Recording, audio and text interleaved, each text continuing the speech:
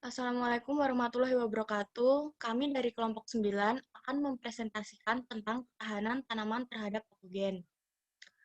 Sebelumnya, perkenalkan anggota kelompok kami. Yang pertama, Yulia Mega Andriano kami, NIM 134-190-179. Yang kedua, Aziza Anissa Hussanah, NIM 134-190-180.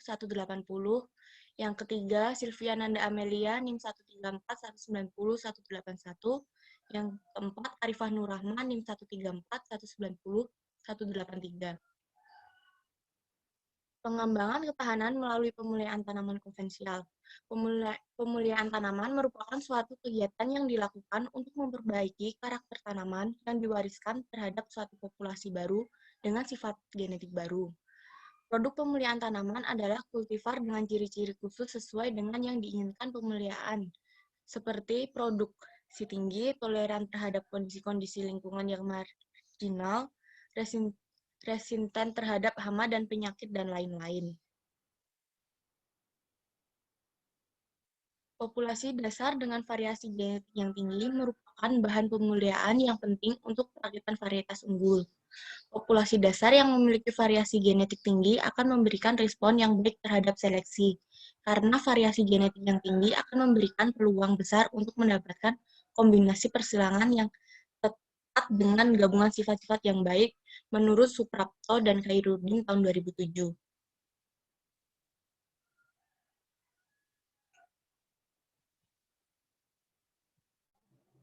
Mekanisme ketahanan penyakit tanaman ada 3, yaitu ketahanan mekanis, ketahanan kimiawi, dan ketahanan fungsional. Yang pertama ada ketahanan mekanis. Ketahanan mekanis aktif. Ketahanan ini merupakan hasil interaksi antara sistem-sistem genetik tumbuhan inang dengan patogen. Ketahanan ini terjadi karena pembentukan lapisan sel yang membatasi bagian tumbuhan yang terinfeksi. Terbentuknya pembengkakan mirip kalus pada dinding sel, lapisan pemisah yang terdiri dari lapisan gabus, sel-sel yang terisi gom atau beledok, sel-sel absis, dan tilosis. Ketahanan mekanis pasif. Tumbuhan yang mempunyai ketahanan mekanis pasif mempunyai struktur morfologi yang menyebabkan sukar untuk diinfeksi oleh patogen. Misalnya memiliki lapisan lilin atau membuat tanaman tidak mudah basah sehingga terhindar dari perkecambahan jamur. Mempunyai stomata sedikit atau akan terhindar dari infeksi jamur yang melakukan penetrasi melalui stomata.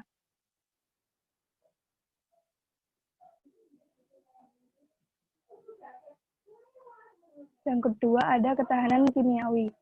Pada ketahanan kimiawi aktif, ketahanan ini merupakan hasil interaksi genetik antara patogen dan tumbuhan inang.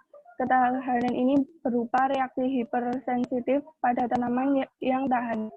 Pada tanaman tahan, sel-sel sekitar patogen yang terinfeksi kehilangan strukturnya, berwarna coklat, dan selnya mati dengan segera sehingga mengisolasi patogen untuk tidak menyebar pada sel-sel lainnya.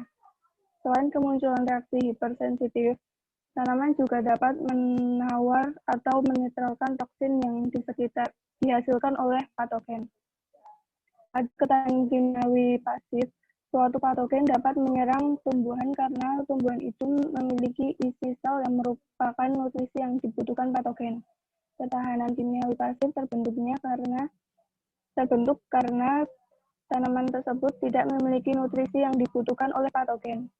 Selain mekanisme tersebut, ketahanan kimiawi pasif juga dapat disebabkan adanya substansi-substansi penghambat patogen seperti asam-asam, minyak ester, senyawa fenol, dan zat lain.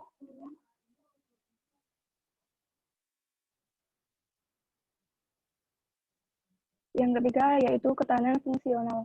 Ketahanan ini muncul karena pertumbuhannya sehingga tanaman dapat menghindar dari penyakit, meskipun sebenarnya tanaman itu rentan.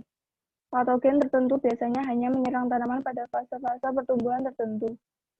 Sehingga bila pada fase pertumbuhan itu kondisi lingkungan tidak mendukung pertumbuhan patogen, maka tanaman tersebut akan terhindar dari infeksi patogen.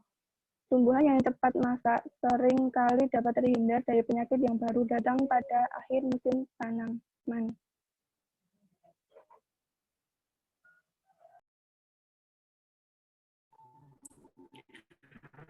Hubungan antara mekanisme ketahanan dan ketahanan ada yaitu ketumbuhan dan virus patogen, respon dan ketahanan.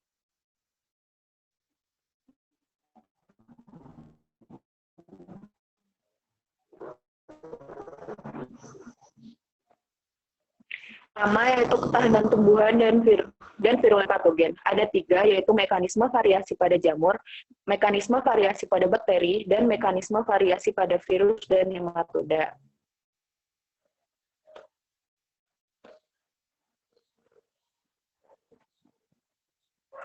Mekanisme variasi pada jamur. Jamur parasit tumbuhan mengembangkan mekanisme yang berbeda untuk tujuan berbeda pula, seperti misalnya untuk menginvasi tumbuhan inang, mendapatkan nutrisi, dan untuk mengkoloni jaringan yang telah diinfeksinya. Selama fase-fase awal patogenesis, jamur parasit biotrof mempertahankan integritas sel dan jaringan inang, dan mereka menyerap nutrisi dari sel inang yang masih hidup.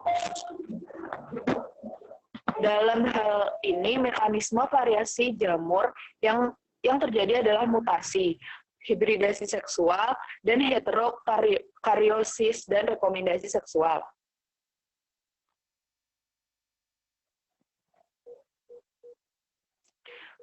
Selanjutnya yaitu mekanisme variasi pada bakteri.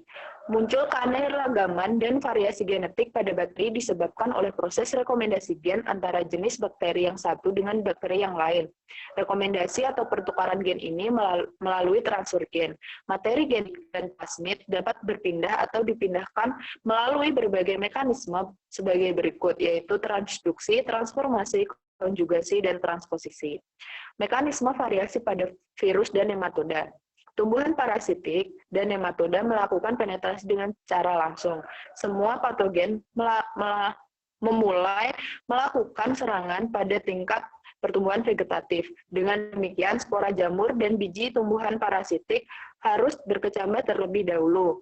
Virus dan mikoplasma dapat melakukan penetrasi dengan melalui luka atau dimasukkan oleh perantara atau vektor. Bakteri, virus, dan mikoplasma tidak pernah melakukan penetrasi secara langsung. Lalu yang kedua, ras patogen dan ketahanan tumbuhan. Dibagi menjadi 2, yaitu ketahanan vertikal dan horizontal, dan hipotesis gen demi gen, dan protein demi protein.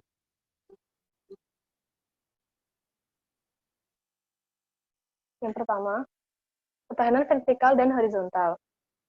Ketahanan vertikal, ketahanan ini dikontrol oleh gen tunggal atau gen majemuk suatu kultivar yang bertanggung jawab terhadap ketahanan. Seringkali, hal ini efektif hanya untuk ras-ras patogen tertentu dan tidak memberikan ketahanan terhadap ras lain. Tipe ketahanan ini disebut ketahanan spesifik atau ketahanan vertikal. Untuk ketahanan horizontal, diatur oleh sejumlah gen. Umumnya dikatakan bahwa varietas yang menunjukkan ketahanan horizontal adalah low disease former. Akibat mekanismenya yaitu mereduksi jumlah luka atau lesion yang dihasilkan per unit inokulum, menambah panjangnya waktu generasi patogen, dan memperpendek umur reproduksi luka.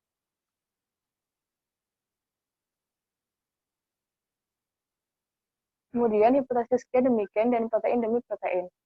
Hubungan genetik tumbuhan dengan patogennya belum diketahui dengan jelas, tetapi beberapa peneliti menyimpulkan bahwa untuk setiap lokus genetik ada yang mengatur ketahanan atau kepekaan inang, dan ada lokus yang mengatur virulen atau tidaknya suatu patogen. Hubungan ini disebut hipotesis gen dengan gen, yakni menyatakan bahwa setiap gen dalam inang ada yang mampu bermutasi untuk memberikan ketahanan, dan ada gen dalam patogen yang mampu bermutasi untuk berhadapan dengan ketahanan tersebut. Kemudian hipotesis protein for protein atau protein demi protein dimukakan oleh Van der Plant. Menurutnya, hubungan yang kompatibel antara patogen dan inang disebabkan karena adanya protein patogen sesuai dengan protein inang. Pada tumbuhan rentan, patogen mengekspresikan suatu protein kepada inang yang mengadakan kopolimerasi dengan protein inang yang komplementer. Jalan dengan hipotesis gen for gen, inang dan patogen saling mengenal lewat proteinnya. Jika tumbuhan terjadilah kopolimerasi, sedangkan ketahanan terjadi jika tidak ada kopolimerasi antara inang dan patogen.